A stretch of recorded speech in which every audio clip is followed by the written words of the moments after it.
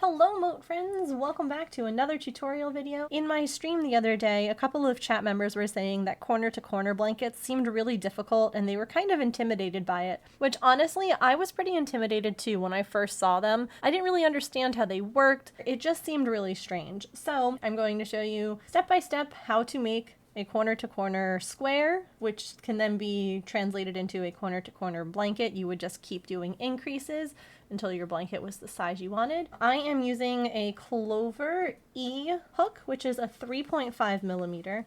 And I have this Red Heart Super Saver in Gray Heather. It is a number 4 worsted weight yarn, and those are my materials. So to start, we're going to make a loop start. Okay. Put it on our hook. We're going to chain 6.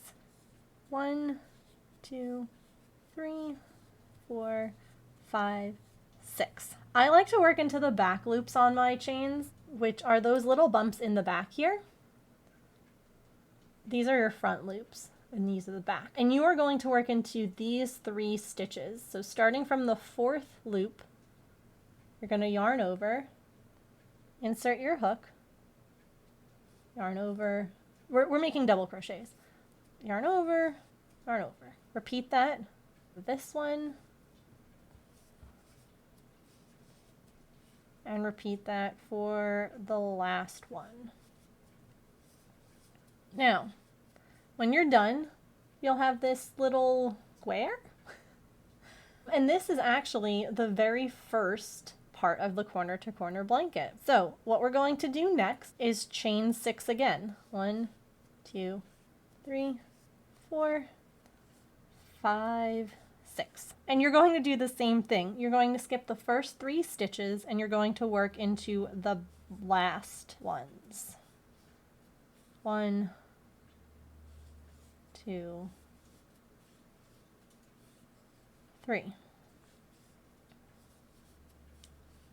Now, if you look, you now have 2 of these little squares. This is actually how the corner to corner blankets are made and formed. Believe it or not, it is as simple as chains and double crochets. But if you're like me, you're like, what the heck do I do now? I got these 2 things. All right, are you ready?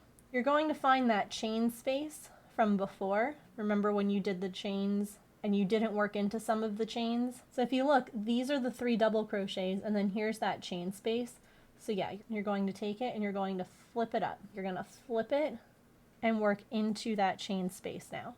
You're going to slip stitch the 2 together. And now you're just going to chain 3. 1, 2, 3. Okay? Now working into this chain space, you're going to do 3 additional double crochets. So 1, 2, and 3. Do you see what's happening? This is the second row. So this was our first row, just one little square. And now our second are those 2. Y'all, that is all that a corner to corner blanket is. So once again, we're going to chain 6. 1, 2, 3, 4, 5, 6. We're going to work into those last 3 bumps on our chain. 1 double crochet, 2 double crochets, 3 double crochets. Now I like to work into the back bumps because to me it's just sturdier that way versus working into one of the sides. But if you prefer working into one of the side chain spaces, that's fine too. So now we have again this weird little rectangle. Once again, we're going to flip our piece and you're going to work into that chain space. See the hole? So you're going to work into that chain space. Once again, slip stitch it together, chain 3, and 3 double crochets. So that chain 3 is actually making a spot for you to continue to attach squares in the future. Like some people, I like to do standing double crochets a lot of the time, but it's important to do that chain 3 in this design. And now we have another one to work into. So we're going to slip stitch into that chain 3. 1, 2, 3 chains, 3 double crochets. So now you can see how it is starting to form square. Like if you were to just finish it off, it would be a little square. So this is how corner to corner blankets are made. each time it's going to increase. So you see we have 3 now, and then next up we'll have 4. We'll have 1, 2, 3, 4. So as you go, the blanket will continue to grow. And then once you've reached the size that you want it, in either direction, you stop doing the chain 6. I'll go ahead and show you. I'm going to make this just a little bit bigger.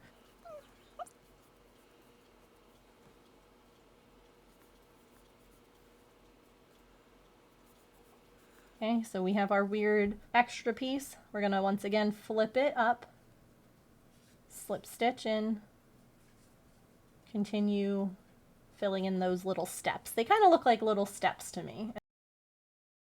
So you always increase at the start of your row and then end nice and flat.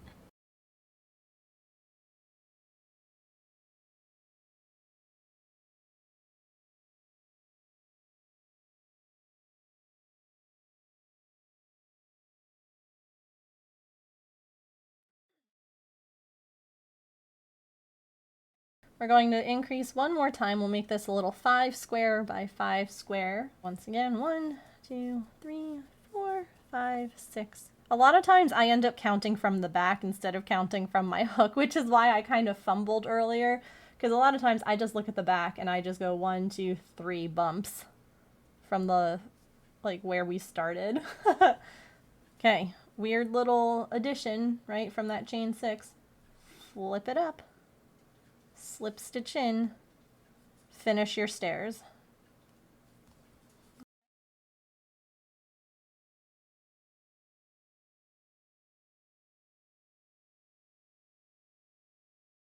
So we now have our 5 squares, right? 1, 2, 3, 4, 5 little steps. Or again, if you look this way, 1, you can kind of, if you give it a little pull, you can see 1, 2, 3, 4, 5. You can kind of see the gaps. So say that we wanted to make this a perfect 5 by 5 square. I'm going to show you how to do that first, but you can actually just make it longer in one direction. Say you wanted to make a scarf, or I've actually made rectangular blankets using corner to corner, but let me first show you how to just make a perfect square. We finished here, and normally we would chain 6 to increase and add another square. But if we don't want to do that, what we're going to do instead is chain 1 and turn our work. We are then going to slip stitch along the 3 double crochets that we did before. Okay, make sure that they're loose slip stitches. You don't want to pull it too tight. All right, once we get to this chain space, we're going to slip stitch into the chain space. And we're going to chain 3, just like we did on the little steps before. We're now going to do our 3 double crochets into this chain 3 space. When you're done, you'll slip stitch into the next chain 3 space. So what we've essentially done is kept it from growing in one direction. Instead, we're going to keep this side straight now. So we're going to work down here just like we were before with chain 3s.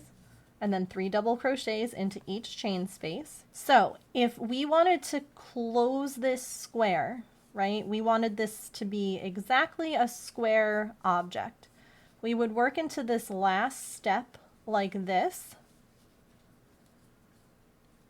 and we would then just slip stitch into this chain 3, chain 1, and turn, just like we did down here.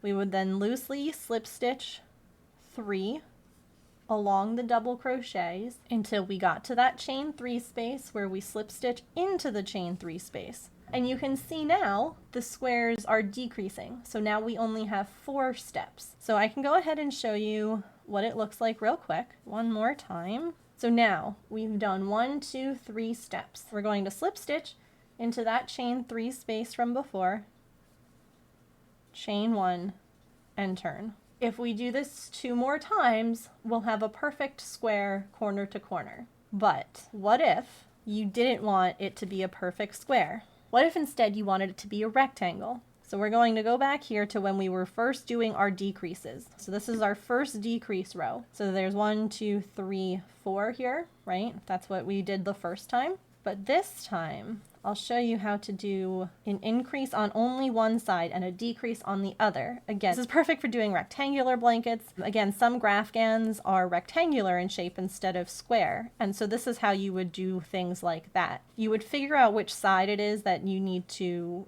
in the pattern continue to grow and which side you need to stop. Say that we want our square to be a rectangle and we want it to be long this way, not this way. What I'm going to do here, instead of slip stitching into this and slip stitching back to do decreases, is I'm going to finish this row how I was before. Okay, so I'll do the chain 3 double crochets here, and there we go. If we want this side to continue to grow, this side is going to need a chain 6 little bump added. So we're going to do 1, 2, 3, 4, 5, 6, our double crochets into those last 3 bumps.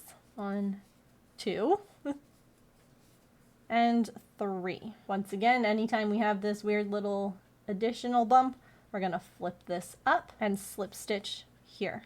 Now what we're going to do is chain 3, and we're going to do our double crochet chain 3 all the way to here and then stop. So I'll show you that. Okay, so we're on the last one now. And we're going to do our chain 3. I did that already. And then we're going to do our 3 double crochets into the chain space. 1, 2, and 3.